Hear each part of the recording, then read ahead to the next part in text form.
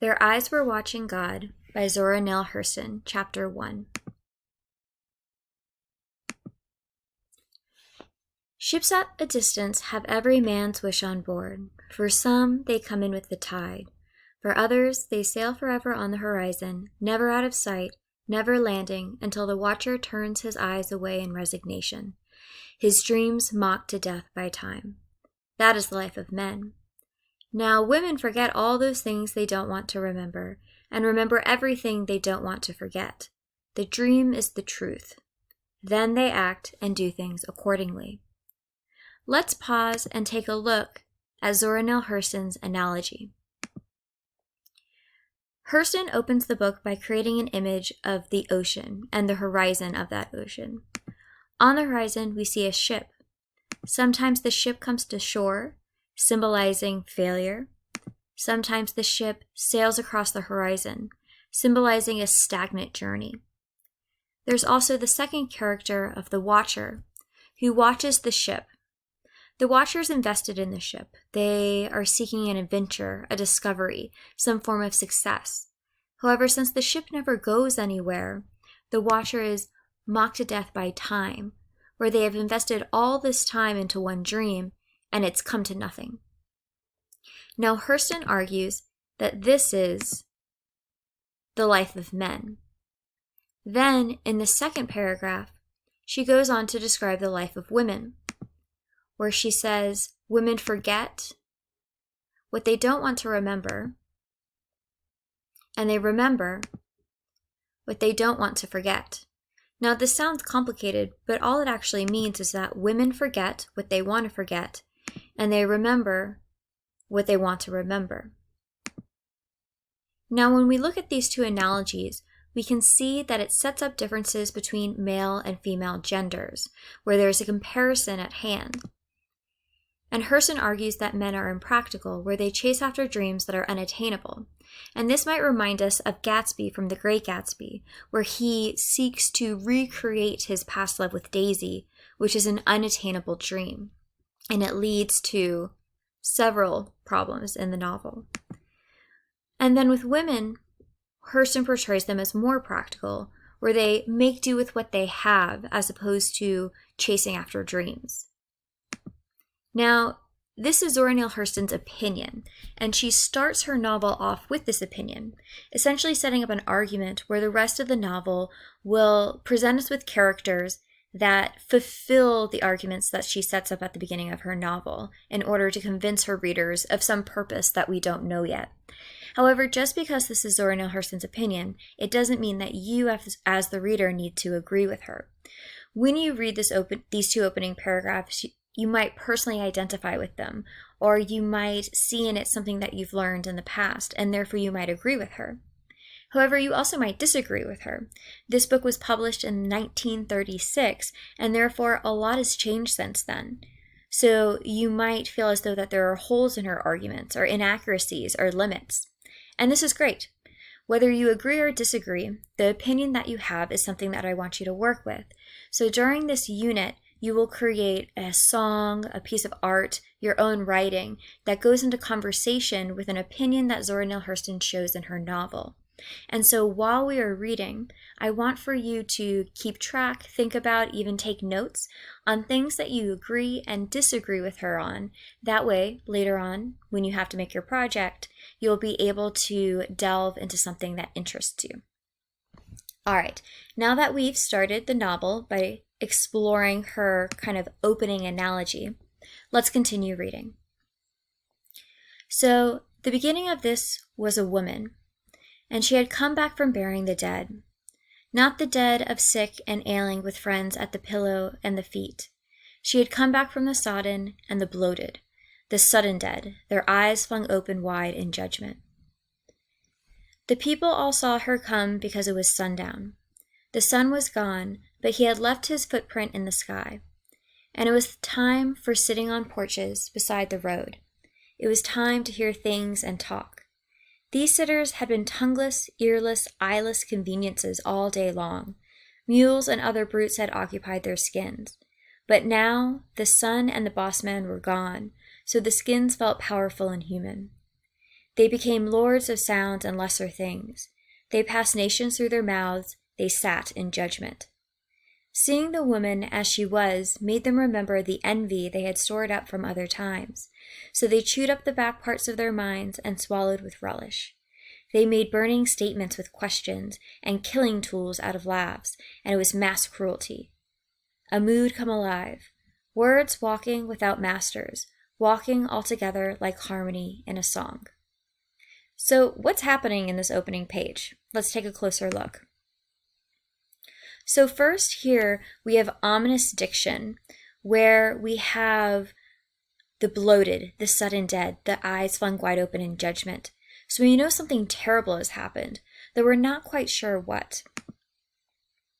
We also have this personification where the sun is treated like a living being, and therefore it creates this sense of power where the earth has power over what's occurring, and that the sun is wise. And then we have this description with people sitting on their porches, where it's the end of the day, they've worked hard days for their bosses, and they've toiled in whatever they've done. And now they have some moments of rest where they get to sit on their porch. And as they're sitting on their porch, they see a woman who's going to be our main character, Janie. And they see her walking down the street, and they're reminded of the past. They haven't seen her for a while. And so they begin to talk about her and gossip. And so this theme of gossip is going to be very important in the rest of the novel. So in the next page, consider the characterization of Janie. What's she doing coming back here in them overalls? She can't find no dress to put on. Where's that blue satin dress she left here in? Where's all that money her husband took and died and left her? What that old 40-year-old woman doing with her hair swinging down her back like some young gal? Where she left that man, that young lad of a boy she went off with. Thought she was going to get married. Where he left her? What did he do with all her money? Betcha he off with some gal so young she ain't even got no hairs. Why she don't stay in her class? When she got to where they were, she turned her face on the bander log and spoke. They scrambled a noisy good evening, and left their mouths setting open and their ears full of hope. Her speech was pleasant enough, but she kept walking straight onto her gate. The porch couldn't talk for looking. The men noticed her firm buttocks, like she had grapefruits in her hip pockets, the great rope of black hair swinging to her waist and unraveling in the wind like a plume. Then her pugnacious breast, trying to bore holes in her shirt. They, the men, were saving with the mind what they had lost with the eyes. The women took the faded shirt and muddy overalls and laid them away for remembrance. It was a weapon against her strength, and if they turned out of no significance, still it was a hope that she might fall to their level someday. But nobody moved, nobody spoke, nobody even thought to swallow spit until after her gate slammed behind her. Pearl Stone opened her mouth and laughed real hard because she didn't know what else there was to do. She fell all over Mrs. Sumpkins while she laughed. Mrs. Sumpkins snorted violently and sucked her teeth. So on this page, we have a description of Janie, and she's wearing her overalls and walking down the road, and people are judging her. And at first in the characterization, we see that she had money, though they're not sure what's happened to her money, that she's wearing poor clothing, that she's 40 years old, and that in the past she has dated or married some younger man, and they're gossiping about this fact. We also see that she's attractive, and the description of her is definitely sexualized, where it describes her butt and her chest, and also her long hair, which later we'll see is a source of power for Janie. And we can tell that men are attracted to her based upon this sexualized description of her.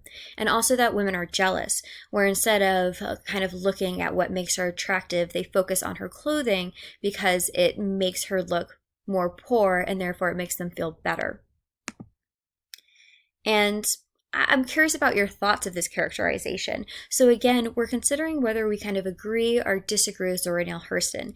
And what she focuses on with Janie definitely characterizes Janie and how other people feel about her. But I've noticed that student readers have very kind of like strong reactions to kind of how Hurston decides to characterize Janie. And so we have Janie, who's this powerful, confident, older woman who doesn't care what people are saying about her, which is very empowering. But the way that Zora Neale Hurston goes about characterizing this, sometimes students think it's great, and sometimes students think she could have done it differently. And therefore, consider your opinions on how Janie is characterized. Now let's move on to the next page. So here we're going to meet some other characters, such as Phoebe, who's Janie Stark's friend. And we'll also encounter Tea Cake, who's Janie's boyfriend or husband and is about 10 years younger than Janie. So let's take a look. Y'all let her worry you. You ain't like me. I ain't got her to study about. If she ain't got manners enough to stop and let folks know how she's making out, then let her gone. She ain't even worth talking after, Lulu Moss drawled through her nose. She sits high, but she looks low. That's what I say about these old women running around after young boys. Phoebe Watson hitched her rocking chair forward before she spoke. Well, nobody don't know if it's anything to tell or not. Me, I'm her best friend, and I don't know. Maybe us don't know into things like you do, but we all know how she went away from here, and she sure seen her coming back. Ain't no use you trying to cloak no old woman like Janie Stark's, Phoebe, friend or no friend. At that, she ain't so old as some of y'all that's talking. She's way past 40 to my knowledge, Phoebe. No, more'n 40 at the outside. She way too old for a boy like Tea Cake. Tea Cake ain't been no boy for some time. He's around 30 his own self.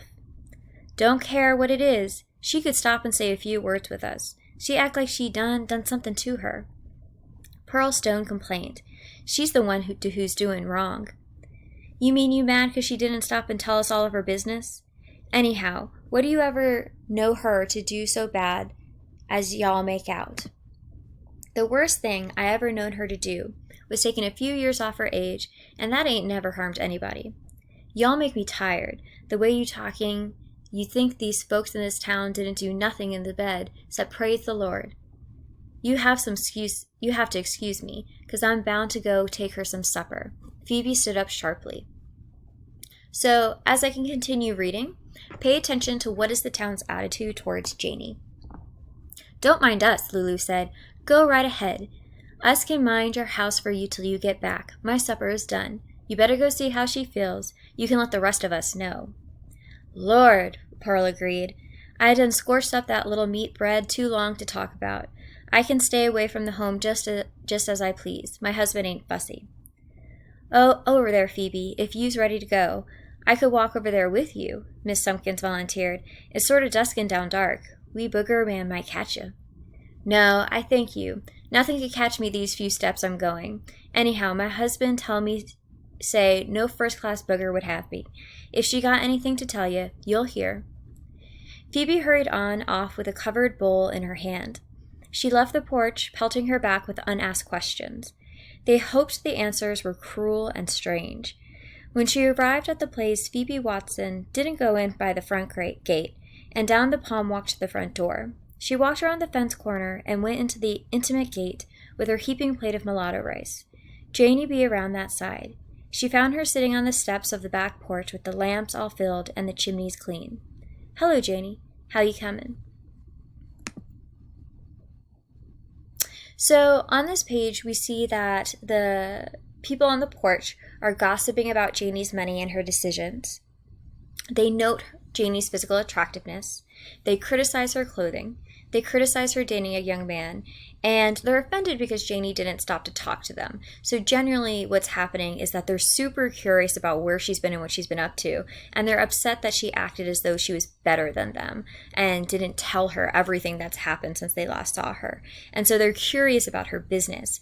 And Janie just walks by and doesn't put up with it.